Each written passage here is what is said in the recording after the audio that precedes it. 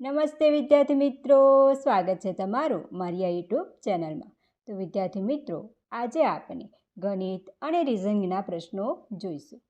આજે જે પ્રશ્નોનો સમાવેશ કરવામાં આવે છે તે પ્રશ્નો તમારી આવનારી સ્પર્ધાત્મક પરીક્ષા માટે ઉપયોગી થશે. તો જો વિદ્યાર્થી મિત્રો તમને મારો વિડીયો પસંદ આવે તો આ વિડીયોને લાઈક, શેર અને સબસ્ક્રાઈબ જરૂર કરજો. તો ચાલો વિદ્યાર્થી મિત્રો વિડીયોની શરૂઆત કરીએ. પ્રશ્ન છે, એક વર્ગમાં 30 વિદ્યાર્થીઓની સરેરાશ વય 15 વર્ષ છે. જો વિદ્યાર્થીઓની ઉંમરમાં 2 શિક્ષકોની ઉંમર પણ ઉમેરવામાં આવે તો નવી સરેરાશ 1 જેટલી વધે છે. તો તે 2 શિક્ષકોની કુલ ઉંમર કેટલી હશે? તો આજે આ પ્રશ્ન પૂછવામાં આવ્યો છે તે સરેરાશના ટોપિકમાંથી પ્રશ્ન પૂછવામાં આવેલ છે.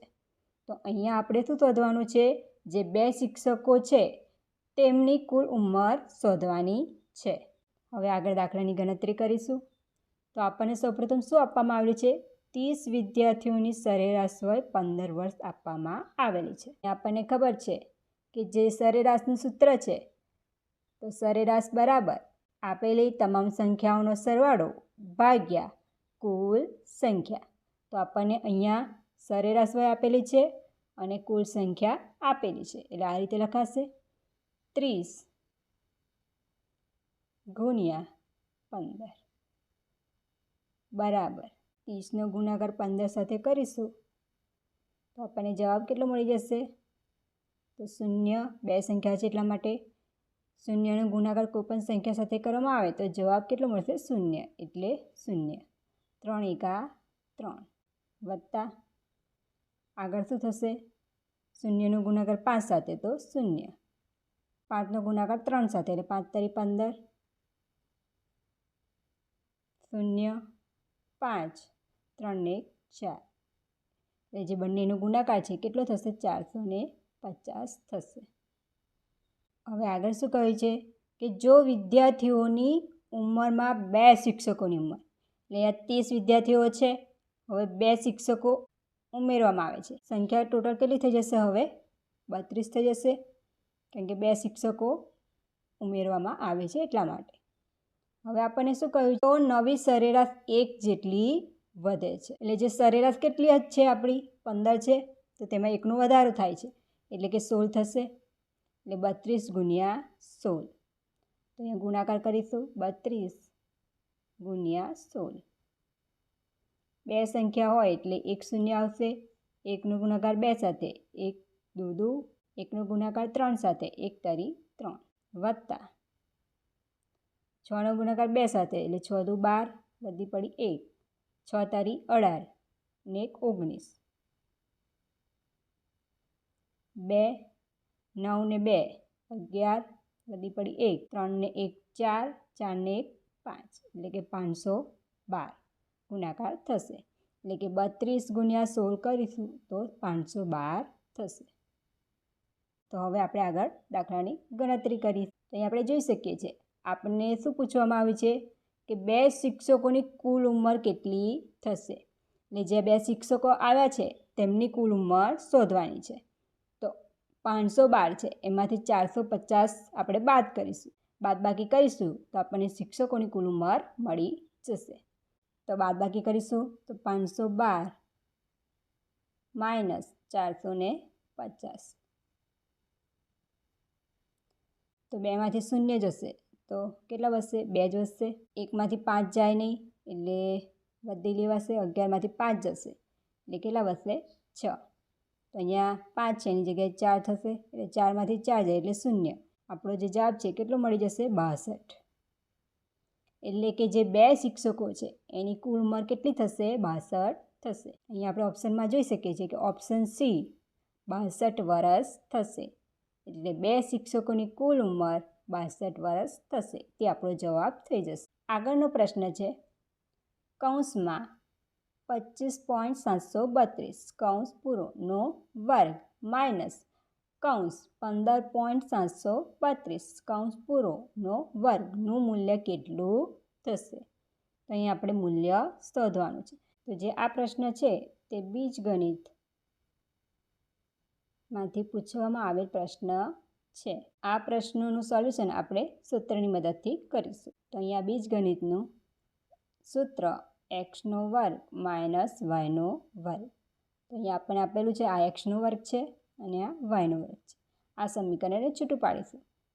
એક્સ માઇનસ વાય અને એક્સ વત્તા વાય, આ સમીકરણ આપણું છૂટું પડશે.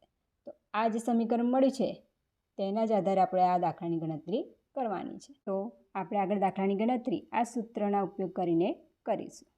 તો સૌપ્રથમ લખી દઈશું એક્સ માઇનસ વાય અને એક્સ વત્તા વાય. તો હવે આગળ આપણે આ સૂત્રમાં કિંમત મૂકીશું. પ્રથમ જે કૌંસ છે એટલે કે એક્સ માઇનસ વાય, તો સૌપ્રથમ આપણે એક્સની કિંમત મૂકીશું. કેટલી આપવામાં આવી છે? 25.732 માઇનસ વાયની કિંમત છે 15.732.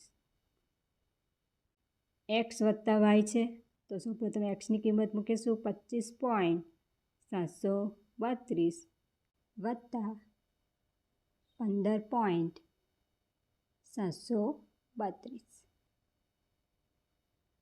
તો હવે આગળ આપણે દાખલાની ગણતરી કરીએ. પ્રથમ કૌંસ છે એમાં બાદબાકી કરવાની છે.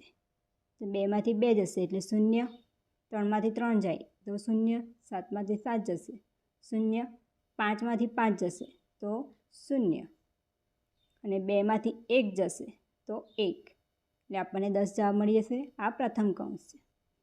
બીજા કૌંસમાં શું કરવાનું છે? સરવાળો કરવાનો છે. તો 2 અને 2 4,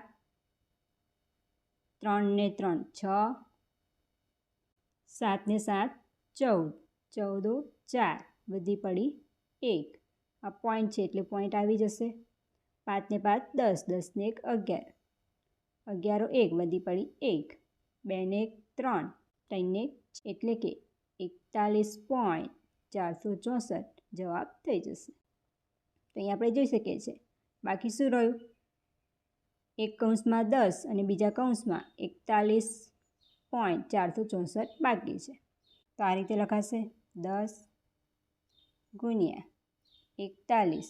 અહીંયા આપણને બે સંખ્યા પછી પોઈન્ટ આપવામાં આવેલા છે. પોઈન્ટ પછી કેટલી સંખ્યાઓ છે ટોટલ? 1 2 અને 3, એટલે કે છેદમાં કેટલા શૂન્ય થઈ જશે? 3 શૂન્ય થઈ જશે. 1 2 ને 3 અને આ રીતે લખાશે 464. તો અહીંયા જે આ શૂન્ય છે એક શૂન્ય ઉડી જશે, અહીંયાથી પણ એક શૂન્ય ઉડી જશે. તો આગળ આ રીતે લખાશે. તો જે બાકી રહ્યું છે તે લખીશું. તો અહીંયા 2 શૂન્ય છે છેદમાં, એટલે અહીંયા પોઈન્ટ હવે કેટલા કપાશે? ફક્ત 2, એટલે અહીંયા પોઈન્ટ આવશે એટલે કે 414.64 આ રીતે લખાશે. એટલે જે આપણો જવાબ છે તે કેટલો થઈ જશે? 414.64 થઈ જશે. એટલે કે ઓપ્શન જે બી છે 414.64 તે આપણો જવાબ થઈ જશે. આગળનો પ્રશ્ન છે 305નો વર્ગ માઇનસ 304નો વર્ગની કિંમત કેટલી થાય? જે પ્રશ્ન છે તે બીજગણિતમાંથી પૂછવામાં આવેલ પ્રશ્ન છે. તો બીજગણિતના સૂત્રનો ઉપયોગ કરીશું. તો અહીંયા આપણે બીજગણિતનું સૂત્ર એક્સનો વર્ગ માઇનસ વાયનો વર્ગનો ઉપયોગ કરીશું. આગળ આ રીતે લખાશે એક્સ માઇનસ વાય અને એક્સ વત્તા વાય. જે 305 છે તે એક્સ થશે અને વાય છે એ 304 થશે. હવે આ સમીકરણ છૂટું પાડે છે તેમાં આપણે કિંમત મૂકીશું. તો બરાબર એક્સની કિંમત કેટલી છે? 305 માઇનસ વાયની કિંમત કેટલી છે? 304. કૌંસ પૂરું. બીજા કૌંસમાં એક્સ વત્તા વાય, એટલે એક્સની કિંમત 305 વત્તા વાયની કિંમત 304. આગળ ગણતરી કરીએ. 305માંથી 304 જશે તો કેટલા બાકી રહેશે? 1. બીજા કૌંસમાં સરવાળો કરવાનો છે તો 5 ને 4 9, 0, 3 ને 3 6, એટલે કે 609. હવે આગળ આ રીતે ગણતરી થશે 609 ગુણ્યા 1. કોઈ પણ સંખ્યા હોય તેનો એક સાથે જ્યારે ગુણાકાર થાય છે તો આપણને તે સંખ્યા મળે છે, એટલે કે 609 થશે બંનેનો ગુણાકાર. આપણો જે જવાબ છે તે કેટલો થઈ જશે 609, એટલે કે ઓપ્શન સી આપણો જવાબ થઈ જશે 609. આગળનો પ્રશ્ન છે 15 વ્યક્તિના જૂથમાં 7 વ્યક્તિ ગુજરાતી વાંચી શકે છે અને 8 વ્યક્તિ મરાઠી વાંચી શકે છે, જ્યારે 3 વ્યક્તિ બંનેમાંથી એક પણ ભાષા વાંચી શકતી નથી. તો કેટલી વ્યક્તિ બંને પૈકી કોઈ એક જ ભાષા વાંચી શકતી હશે? તો હવે આપણે આગળ દાખલાની ગણતરી કરીશું. તો આપણને કહેવામાં આવ્યું છે કે કેટલી વ્યક્તિ બંને પૈકી કોઈ એક જ ભાષા વાંચી શકતી હશે, એટલે કે કાં તો ગુજરાતી વાંચી શકતી હોય કે મરાઠી વાંચી શકતી હોય, તેની સંખ્યા આપણે શોધવાની છે. એટલે કે અહીંયા શું શોધવાનું છે? કોઈ એક જ ભાષા વાંચી શકતી હોય, એ ગુજરાતી પણ હોઈ શકે અને મરાઠી પણ હોઈ શકે, પરંતુ એક ભાષા તો આવડવી જોઈએ. તો જે આ પ્રશ્ન છે તેની વેન ડાયાગ્રામની રીતે સોલ્વ કરી. તો સૌપ્રથમ વ્યક્તિઓ કેટલા આપવામાં આવેલા છે? 15. તો આ રીતે લખાશે. આ ટોટલ 15 વ્યક્તિ છે. હવે આપણને જે કહેવામાં આવ્યું છે કે બંનેમાંથી એક પણ ના વાંચી શકતી હોય ને તે આપણે પકડીશું. તો તેવી વ્યક્તિઓ કેટલી છે? 3 છે. તો આ રીતે દર્શાવી શકીશું. આ એક ગુજરાતી વાંચી શકે તે છે અને આ બીજું મરાઠી વાંચી શકે તે છે, અને બંનેમાંથી એક પણ ભાષા વાંચી શકતા ના હોય તેમને આપણે અહીંયા વચ્ચે દર્શાવીએ. એટલે જે આ દર્શાવેલા છે એક, તે ગુજરાતી વાંચી શકે તેવા વ્યક્તિઓ છે, અને જે આ બીજા વ્યક્તિઓ છે કઈ ભાષા વાંચી શકે છે? મરાઠી. અને જે વચ્ચે દર્શાવેલા છે એ બંનેમાંથી એક પણ ભાષા વાંચી શકતા નથી, એક પણ. ગુજરાતી વાંચી શકે તેવા કેટલા વ્યક્તિઓ આપેલા છે આપણને? 7. તો અહીંયા 7 દર્શાવીશું. અને મરાઠી વાંચી શકે તેવા કેટલા વ્યક્તિઓ આપેલા છે આપણને? 8. તો અહીંયા 8 લખીશું. અને જ્યારે 3 વ્યક્તિ બંનેમાંથી એક પણ ભાષા વાંચી શકતા નથી, એટલે જે 3 વ્યક્તિઓ છે તે બંનેમાંથી એક પણ ભાષા વાંચી શકતા નથી, તે આપણે વચ્ચે દર્શાવી દીધા છે. હવે જે અહીંયા વચ્ચે અહીંયા કેટલા હશે કે જે ગુજરાતી વાંચી શકે છે? તો જે આ 7 છે એમાંથી આપણે 3 બાદ કરીશું, એટલે કે 7માંથી 3 બાદ કરીશું તો જે ફક્ત ગુજરાતી વાંચી શકે છે તેવા વ્યક્તિઓ કેટલા થઈ જશે? 4. એટલે અહીંયા જે અંદર છે કેટલા દર્શાવીશું વ્યક્તિઓ? 4. હવે અહીંયા આપણે જોઈ શકીએ છીએ કે મરાઠી વ્યક્તિઓ કેટલા આપેલા છે? 8. અને જે બંનેમાંથી એક પણ નથી વાંચી શકતા તે કેટલા આપેલા છે? 3. તો અહીંયા 8માંથી 3 બાદ કરીશું તો અહીંયા જવાબ કેટલો મળી જશે? 5. તો જે વચ્ચે અહીંયા દર્શાવવાના છે અંદર તે કેટલા થઈ જશે? 5 વ્યક્તિઓ થઈ જશે જે ફક્ત મરાઠી વાંચી શકે છે.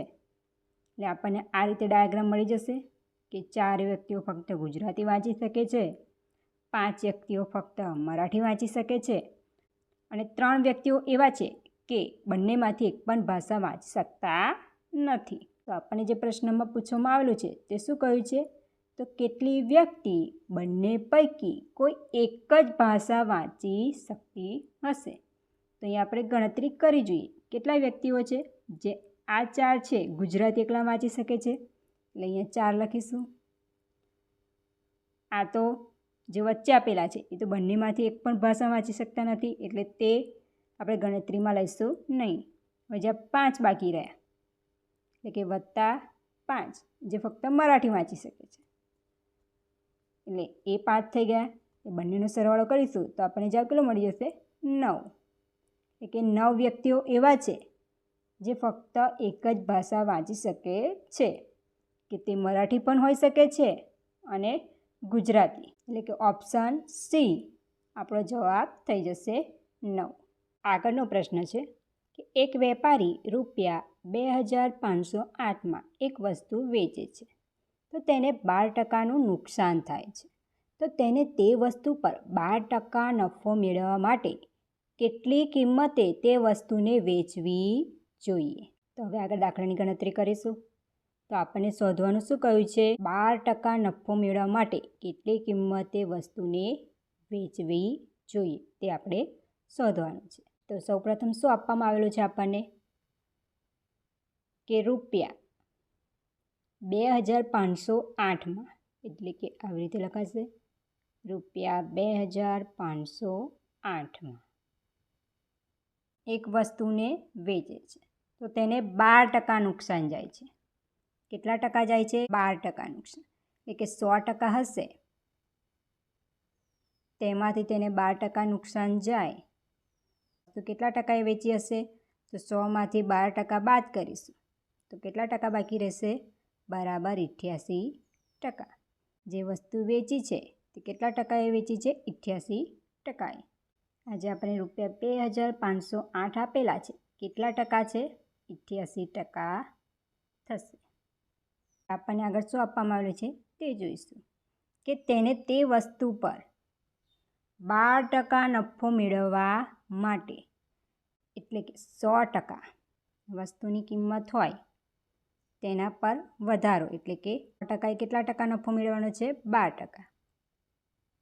તો આપણે આ રીતે લખી શકાશે બરાબર 112% થશે. તો અહીંયા આપણને 88% એ 2508માં વેચાણ કિંમત આપેલી છે.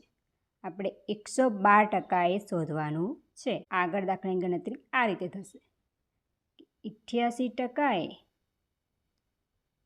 ₹2508માં વેચાણ કિંમત ₹2508માં વેપારીએ વસ્તુને વેચી હોય તો 112% નફો મેળવવા માટે કેટલા રૂપિયામાં વસ્તુને વેચવી જોઈએ? એટલે કે પ્રશ્નાર્થ ચિહ્ન. તો હવે બંને વચ્ચે ક્રોસ ગુણાકારની રીતે ગણતરી થશે. તો આ રીતે આગળ લખાશે 112 ગુણ્યા 2508 ભાગ્યા 88. હવે આગળ છેદ ઉડાડીશું તો 11 ઈઠા 88. 8 વડે ભાગ ચાલશે અહીંયા એટલે 14 ઈઠા 112. અહીંયા 11 વડે ભાગ ચલાવીએ 11 દુ 22, 3 વધ્યા એટલે કે 30, 11 દુ 22 એટલે કે 8 વધ્યા એટલે હવે 88 બાકી રહ્યા તો 11 ઈઠા 88. તો બાકી શું રહ્યું? 14 ગુણ્યા 228. 14 ગુણ્યા 228 બાકી રહ્યા. તો જ્યારે આ બંનેનું ગુણાકાર કરવામાં આવશે તો આપણને જવાબ કેટલો મળી જશે? ₹3192. એટલે કે જે આપણો જવાબ છે કે વસ્તુને 12% નફો મેળવવા માટે કેટલી કિંમતે વેચવી જોઈએ તો તે કેટલી થશે? ₹3192. એટલે જે આપણો જવાબ છે તે ઓપ્શન બી થઈ જશે કે ₹3192 થશે. આગળનો પ્રશ્ન છે 100 વિદ્યાર્થીઓના સર્વેમાં જાણવા મળ્યું હતું કે 60 વિદ્યાર્થીઓ ચાની મજા માણે છે, 40 વિદ્યાર્થીઓ દૂધ પસંદ કરે છે અને 30 વિદ્યાર્થીઓ બંને પસંદ કરે છે. તો કેટલા વિદ્યાર્થીઓને ઓછામાં ઓછું એક પીનું પસંદ છે? આ પ્રશ્નને આપણે વેન ડાયાગ્રામની રીતે સોલ્વ કરીશું. તો હવે આપણે આગળ દાખલાની ગણતરી કરીએ તો આ રીતે થશે. તો જે આપણે પ્રશ્ન આપવામાં આવેલ છે તેમાં જે સર્વે કરવામાં આવેલ છે તે કેટલા વિદ્યાર્થીઓ છે? 100 વિદ્યાર્થીઓ. એટલે આ રીતે લખાશે 100 વિદ્યાર્થીઓ.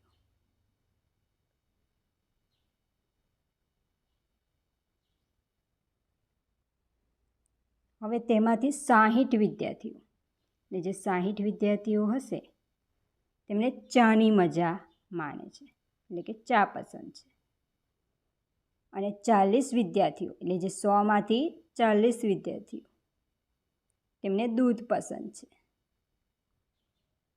અને 30 વિદ્યાર્થીઓને બંને એટલે કે ચા પણ પસંદ છે અને દૂધ પણ પસંદ છે. એક ચા પસંદ છે તેવા વિદ્યાર્થીઓ અને જેમને દૂધ પસંદ છે તેવા વિદ્યાર્થીઓ.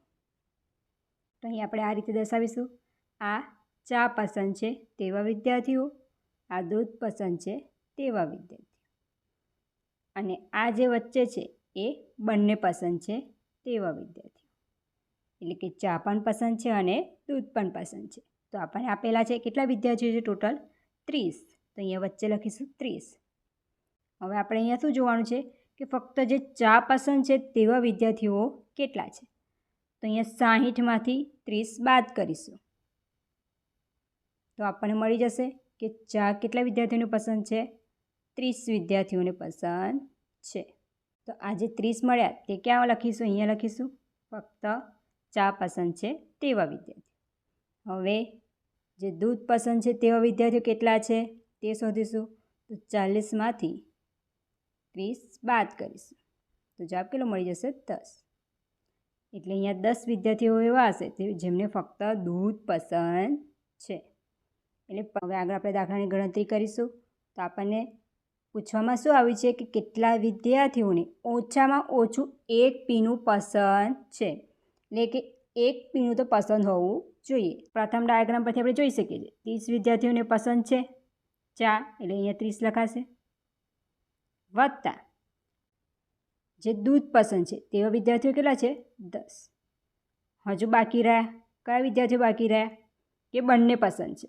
તો આ પણ એવા જ વિદ્યાર્થીઓ છે જેમને એક પીણું તો પસંદ છે, એટલે તે પણ ગણતરીમાં લેવાનું છે. તો વત્તા 30. તો હવે આનો સરવાળો કરીશું તો આપણને જવાબ કેટલો મળી જશે? 30 વત્તા 10, 40, 40 વત્તા 30 બરાબર 70. તો જે આપણે પ્રશ્ન પૂછવામાં આવ્યો હતો કે કેટલા વિદ્યાર્થીઓ એવા છે કે જેમને એક પીણું પસંદ છે, તો અહીં આપણને જવાબ મળી જશે કે 70 વિદ્યાર્થીઓ એવા છે કે જેમને એક પીણું પસંદ છે. એટલે જે આપણો ઓપ્શન બી છે 70 એ આપણો જવાબ થઈ જશે. તો જો વિદ્યાર્થી મિત્રો તમને મારો આજનો વિડીયો પસંદ આવ્યો હોય તો આ વિડીયોને લાઈક, શેર અને સબસ્ક્રાઈબ જરૂર કરજો. મળીશું એક નવા વિડીયો સાથે.